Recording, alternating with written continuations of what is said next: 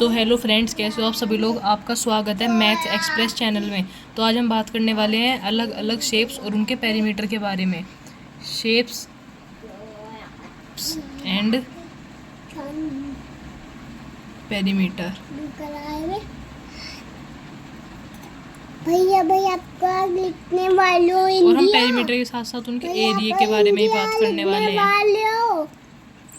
तो सबसे पहले एक क्वाड्रिलेटरल है स्क्वायर। लिखने वाले हो इंडिया। तो स्क्वायर का जो पेरीमीटर होता है, इंडिया लिखने वाले हो इंडिया।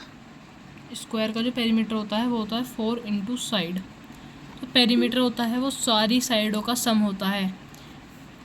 जैसे एग्जांपल के लिए ले लो, स्क्वायर की एक साइड है 5 सेंटीमीटर और पेरीमीटर का और स्क्वायर के पेरीमीटर का फॉर्मूला है 4 इंटू साइड। तो हम करेंगे 4 इंटू साइड कितनी है इसकी 5, तो 4 5 या 20। स्क्वायर का पेरीमीटर आ जाएगा 20। अगर हम यही बात करें स्क्वायर के एरिया की, तो स्क्वायर का एरिया भी कुछ ऐसे निकलेगा। स्क्वायर का एरिया होता है side into side, side into side. Square का एरिया निकालने के लिए जो साइड है हमें उसका ही स्क्वायर करना पड़ेगा। तो जैसे अगर 7 है तो हमें 7 का स्क्वायर करना पड़ेगा, यानी 7 इंटू 7, 7 7 जो 49, तो इसका एरिया आ जाएगा 49। तो गाइस हमारी अगली शेप है रेक्टेंगल। रेक्टेंगल तो रेक्टेंगल के अगर हम पेरीमीटर की बात करें तो रेक्टेंगल के पेरीमीटर का फॉर्मूला है 2 into L plus B, 2 into L plus B.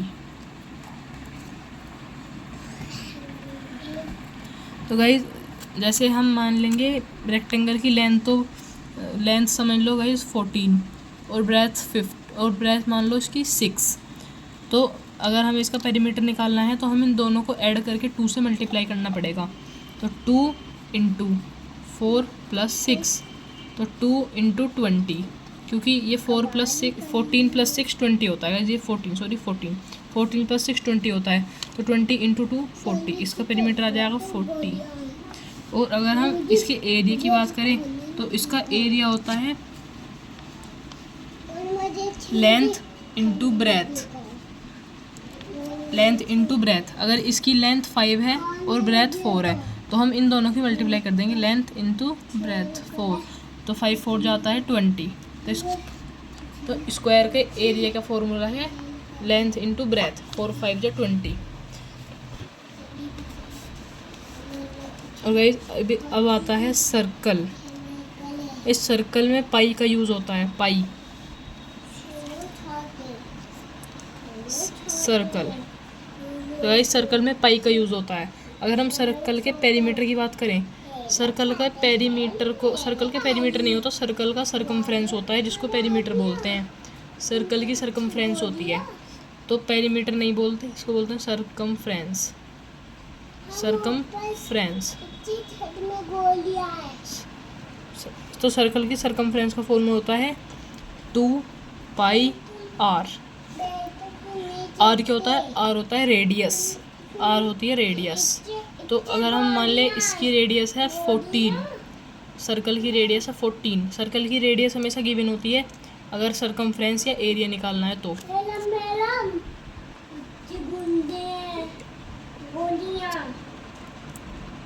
तो गाइज अभी 2 पाई आर और 2 पाई की वैल्यू होती है 22/7।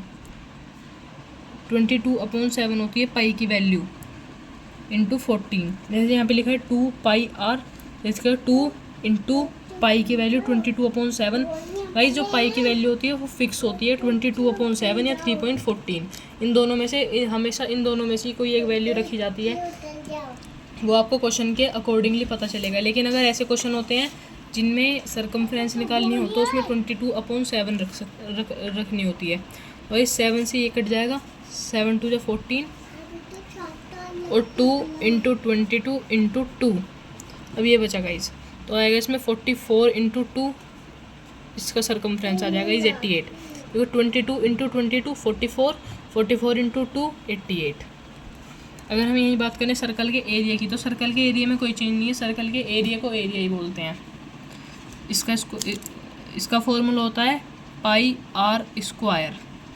जैसे अब रेडियस हम इसकी मान लेते हैं जैसे 7 है, तो 22/7 दीदी दीदी 22/7 इंटू 7 का स्क्वायर, देखो पीछे कर दे 22/7 इंटू 49, 7 7 जा 49, पीछे कर दे 7 7 जा 49, पीछे कर दे 49, तो यहाँ पे आएगा 7 7 जा 49, तो अब हम यहाँ पे करेंगे 22/7, क्योंकि हम इसको कट कर देंगे, 7 से इसको कट करेंगे तो 7 7 जा 49, और फिर 7 की मल्टीप्लाई हम 22 से करेंगे, जो आंसर आएगा वो इसका होगा एरिया। नहीं हो जावे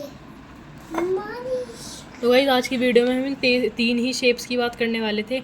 अगर आपको और शेप के बारे में जानकारी चाहिए तो आप कमेंट में बता सकते हैं, आपको अगली वीडियो मिलेगा। तब तक के लिए बाय।